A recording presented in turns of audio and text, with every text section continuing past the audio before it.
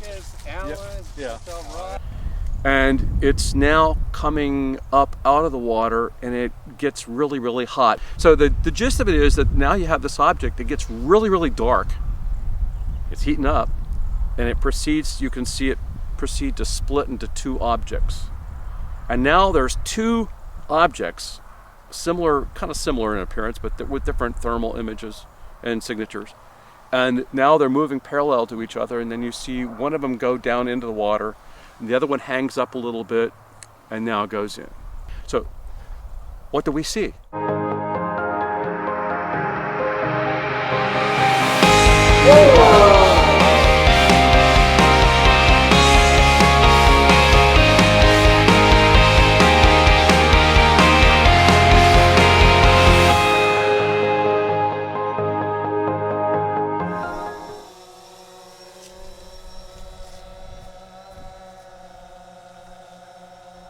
Right. And he spotted that orb.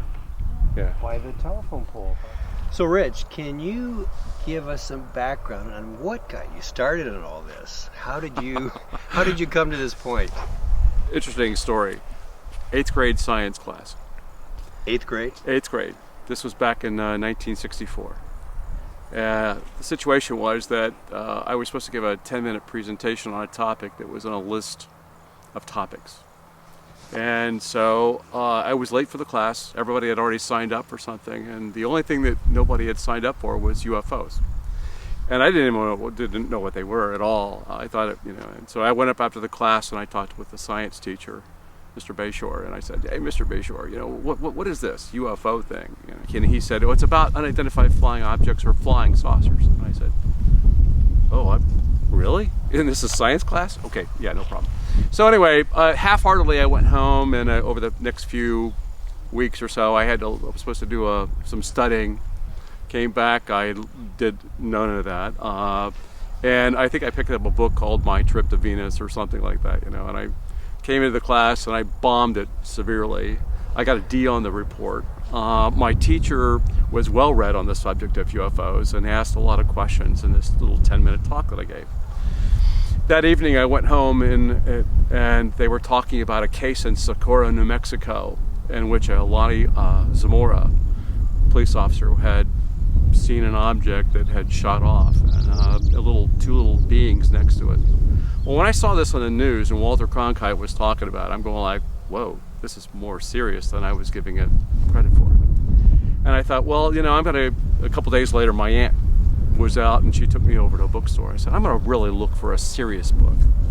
So I picked up I found a book called The Report on Unidentified Flying Objects by a former head of Project Blue Book called Captain Edward Ruppelt.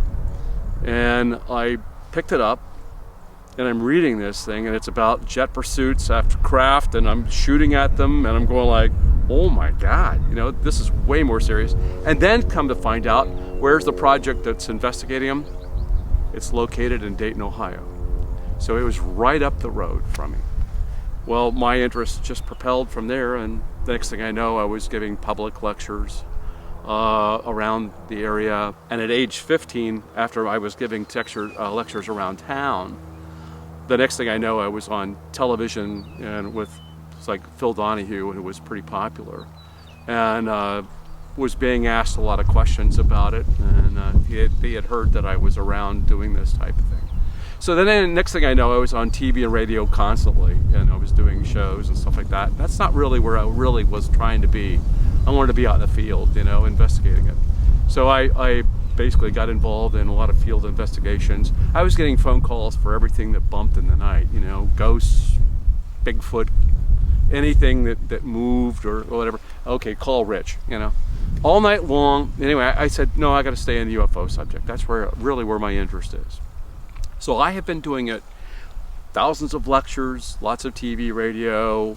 I'm in a lot of books. I was actually doing case investigations with an Air Force Project Blue Book officer sitting next to me doing the same case on a few occasions. I saw some interesting, experiences, and I've been doing it ever since. And so here I am, almost going to be this year coming up, will be my 55th year of looking into the subject and researching it and going out into fields like this Here's where I am, you know. I mean, so I'm still out in fields. Back in 1969, even back in Dayton, I was looking to get into a group of some sort, or maybe that there was others around. And I became aware that there was a Midwest UFO network.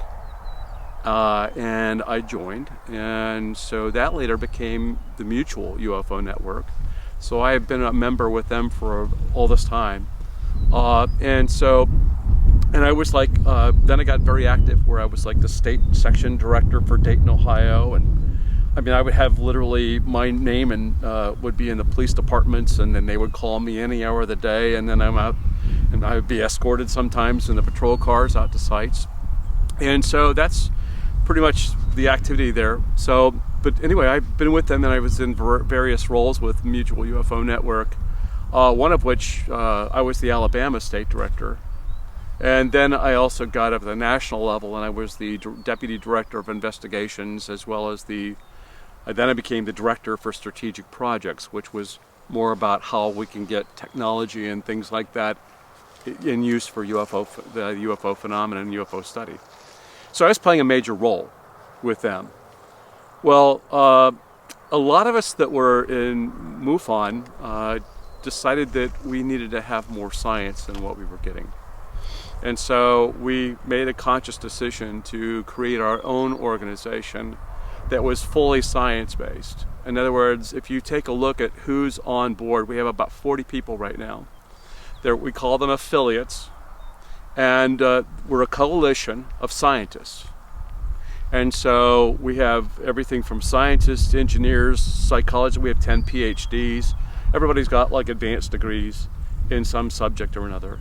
And they're all very much interested in the phenomena, but they didn't want to be in the fringe kind of craziness that also comes along with UFOs, the carnival-like kind of things and stuff. So they're wanting to treat it seriously.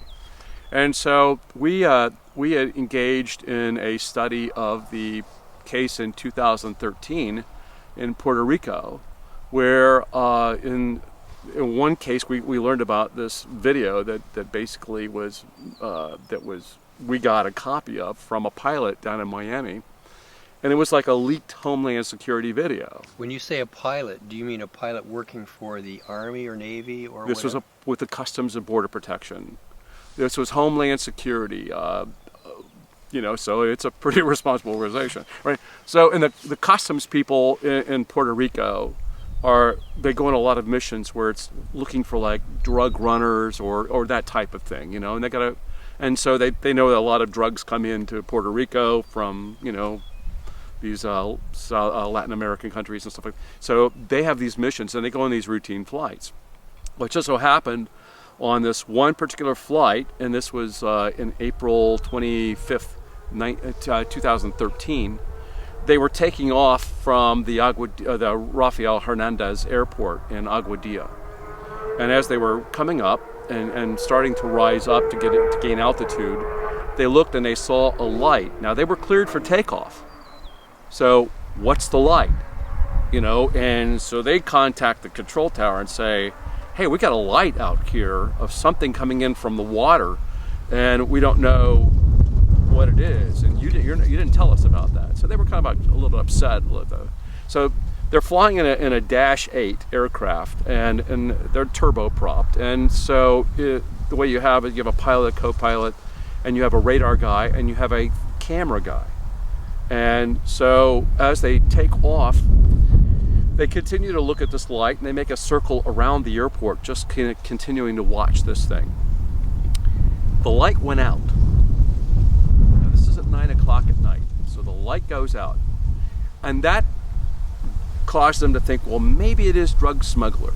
They're going low, and they're turning off their light, and now they're going to come in and do something. But they're heading toward the airport. So that didn't set well with them. In fact, the control tower stopped a FedEx plane from taking off as this object that's moving around, appears to move around the airport, then circles, heads. It makes a circle and then heads back out to almost the point where it came in from the water. But when the light went out, the captain of that particular aircraft had the sense to tell the guy in the back with the camera, flip it on, and now they've got a thermal image for 3 minutes and 54 seconds of this particular object moving around, and they captured this. Well, as they're moving off and basically watching this thing, they make their second loop around the airport. Okay, now they're saying, well, what is this thing? It looks very unusual. The thermal signature didn't look right. It had no type of propulsion system to it, nothing like that, but yet it appeared to be moving around the airport. So the gist of it is that they continued to watch this thing, and it looked like it went into the water, and you see it like a ghost-like kind of like image of it moving underneath the water. And it's now coming up out of the water, and it gets really, really hot, because in the particular video that we have, black is hot and white is cold. That's how they set the camera up. You can reverse that, but they did it that way. So anything that's appearing black is warmer. Okay, so and you're looking at infrared, so you're looking at temperature. That's what you're looking at. So the gist of it is that now you have this object that gets really, really dark. It's heating up, and you can see it proceed to split into two objects. And now there's two objects, kind of similar in appearance, but with different thermal images and signatures. And now they're moving parallel to each other, and then you see one of them go down into the water, and the other one hangs up a little bit, and now goes in. So we spent something like about 3 years or something like that as a group meeting and discussing it. And we went through all 7,027 frames of those and looked pixel by pixel to identify, did it go behind that pole? Did it go behind a tree? What was it doing?